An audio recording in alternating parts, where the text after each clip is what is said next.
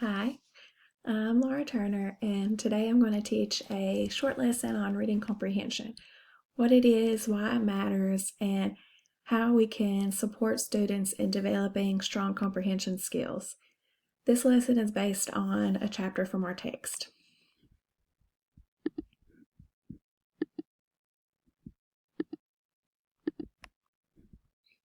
What is reading comprehension? Reading comprehension is the process of meaning from text.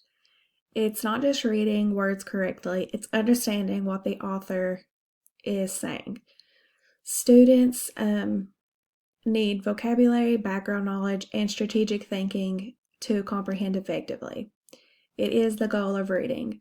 A lot of us have been observing for quite a while now, and we've been all in every grade, and we understand that in every, whether it be science or social studies or any area of content, if the student isn't comprehending what they are reading, then they're just not going to grasp what's being taught. So that's why reading comprehension is just so important.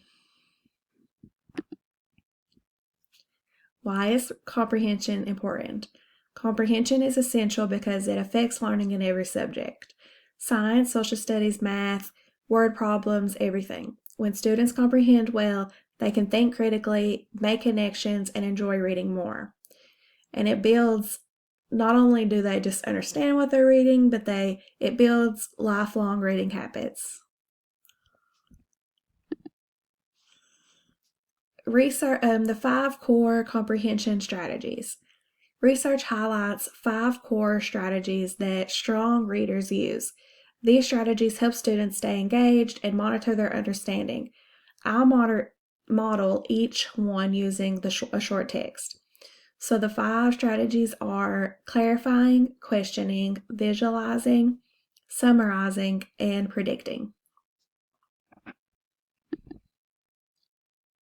I'm going to use this short paragraph to model how each strategy works. The text says, "The sky darkened as Maya stepped outside. She felt a cool wind brush against her face. In the distance, she heard thunder rumbling. Maya hurried back inside to grab her raincoat before walking to school." Strategy 1, predicting. Before reading on, I might predict that Maya is about to walk into a storm.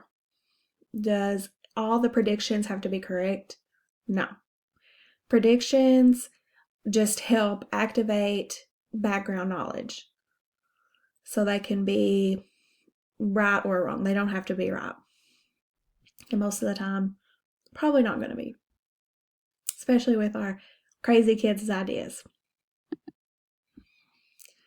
Strategy 2, questioning. Good readers ask questions while they read. And we all know kids love to ask questions. For example, why is the sky darkening? Is it going to rain soon? Will Maya make it to school on time? These questions keep readers engaged and focused. So while they're reading, they can ask themselves or jot down on another sheet of paper to ask later, why is the sky darkening? What's going to happen? And if their questions aren't answered in the text, then they can, look it up or ask someone who's read it before. Strategy 3, which is my favorite strategy, visualizing. When I visualize, I create a movie in my mind. I picture Maya stepping outside, the wind blowing, her hair might be blowing, and the dark clouds forming. Visualizing helps students remember those little details and deepen understanding.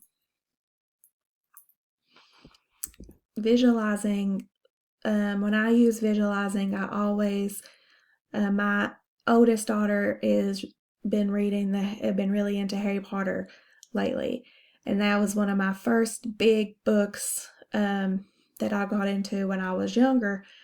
And I remember visualizing all those little things in the Harry Potter books that they talk about, like in Diagon Alley, and and then when I watched the movie, how they really came to life. What was in my head really did come to life, and visualizing for the reader is just so fun, and you know it's a key part. Strategy 4 is clarifying. Clarifying means fixing confusion. So if a student doesn't know the word rumbling means, we can model using context clues. So when they say thunder rumbling, you can say, oh, that must mean a low, loud sound. So clarifying helps students repair when they get stuck.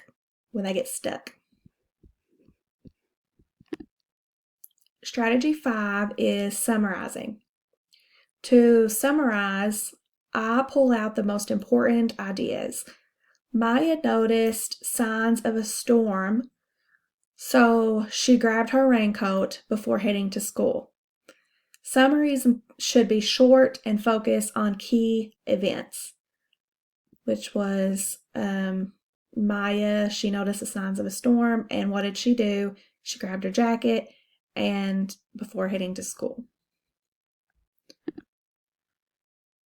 So in my elementary classroom, I would teach these strategies explicitly, model them with think alouds, and let students practice with guided reading or small groups.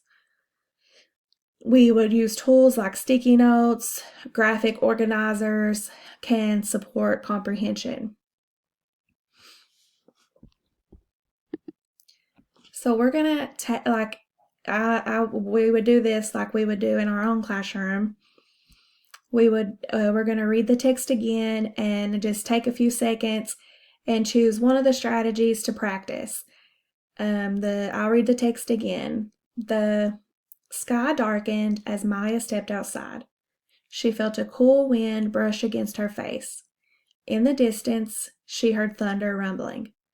Maya hurried back inside to grab her raincoat before walking to school. So you could either turn to your partner or you could just say it by yourself in your head and practice one strategy.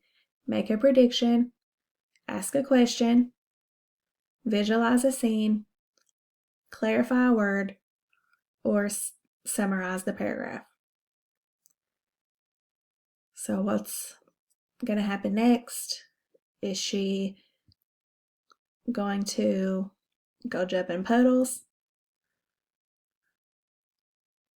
Is Maya going to make it to school?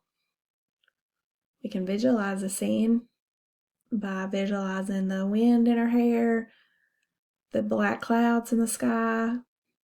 We can clarify a word by, if we didn't know what the word hurried was, we can think, it says Maya hurried back inside. So we can say that must be move really fast. And then summarize the paragraph.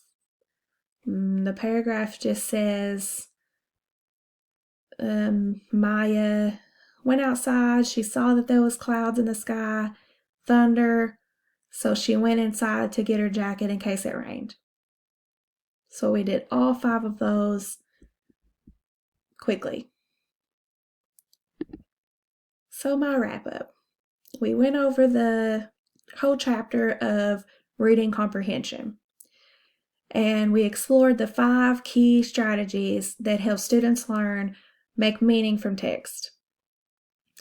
These strategies support students across all content areas and help them become independent, confident readers. Those 5 strategies were summarizing, clarifying, visualizing, questioning, and predicting. I hope that my lesson helped you learn and was enjoyable to watch. Thank you for listening, and I'll see you soon.